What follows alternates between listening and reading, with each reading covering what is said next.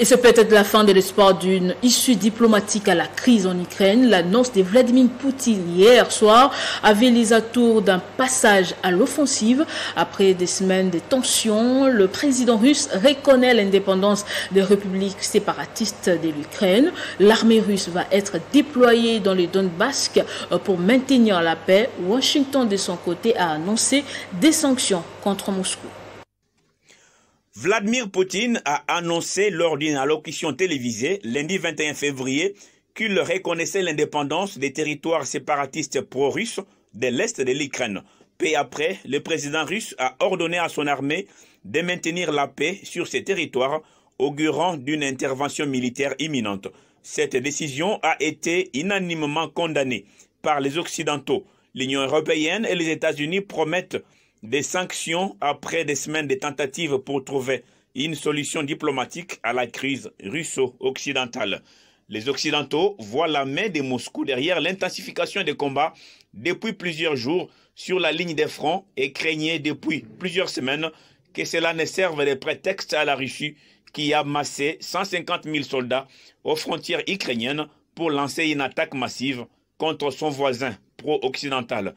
Moscou s'est défendu jusque-là de tout projet d'invasion de l'Ukraine, mais réclame que les pays n'intègrent jamais l'organisation du traité de l'Atlantique Nord, OTAN, et également les retraits de l'Alliance des pays de l'Europe de l'Est, autant de demandes rejetées par les Occidentaux jusqu'à présent. Et pour en parler, nous sommes en ligne avec Henri Ndouzi, qui est responsable du journal diplomatique et l'un des collaborateurs de la VOA. On va être en ligne avec lui. Henri Désiré Ndouzi, bonjour.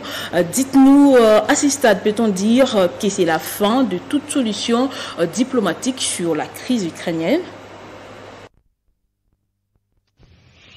Alors, en dépit de la situation préoccupante que vous venez de décrire, les canaux diplomatiques ne sont pas rompus. Les Russes, et cela n'est pas une surprise, ont toujours été adeptes de la stratégie du fight and talk, c'est-à-dire qu'ils exercent une pression à la fois militaire, psychologique, intimidante sur les parties au dialogue, de manière à tester soit leur détermination ou à faire dévoiler les cartes qu'ils ont en main. Donc là, pour le coup, c'est une manière de pouvoir continuer à négocier en position de force et en laissant planer évidemment le spectre d'une intervention sur le territoire ukrainien. Il était beaucoup plus commode et plus facile de prétexter justement des troubles dans ces enclaves séparatistes pour justifier précisément la position que la Russie vient de prendre et qui n'a pas été sans conséquence, puisque on le sait aujourd'hui, à cet instant précis, la condamnation est totalement unanime et l'Allemagne, par exemple, vient de suspendre son autorisation par rapport au fameux gazoduc Nord Stream qui doit relier la Russie à l'Allemagne. Alors là, oui, non, je dirais, les canaux ne sont pas du tout rompus, la diplomatie va se poursuivre en dépit de cette évolution. Rappelle, quelles sont les origines de cette crise?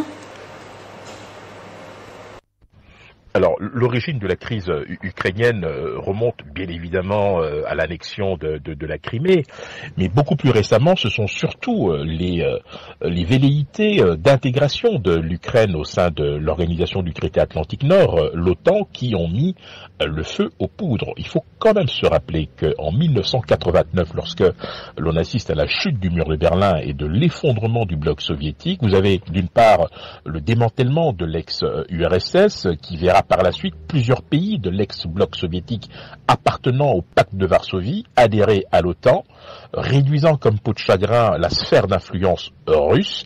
Et puis vous avez d'autres pays qui ont adhéré à l'Union européenne. Alors la Russie a vécu cela comme une véritable humiliation.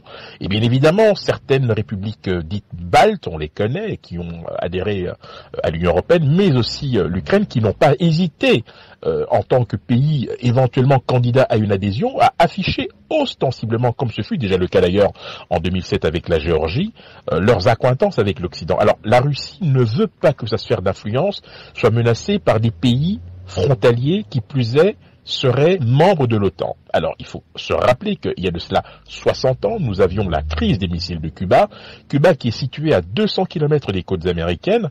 Les Russes, dans le cadre, les Soviétiques de l'époque, dans le cadre d'un accord de coopération militaire, avaient installé une base de missiles, ce qui a mis évidemment le feu aux poudres à l'époque, puisque nous avions frôlé de très très peu la Troisième Guerre mondiale. Alors ce démantèlement des soviétiques à l'époque a été obtenu en échange de l'engagement des Américains de ne pas installer de base de missiles en Turquie déjà à l'époque. Ici, c'est tout à fait différent, puisque vous avez effectivement un pays frontalier qui donc, stratégiquement du point de vue sécuritaire, est une menace pour la Russie dès lors que ce pays accepterait d'intégrer ou intégrerait l'OTAN et qui, par conséquent, serait en capacité de menacer directement les intérêts vitaux de la Russie. Ce qui explique d'ailleurs, j'allais dire, la détermination de Vladimir Poutine à empêcher cela.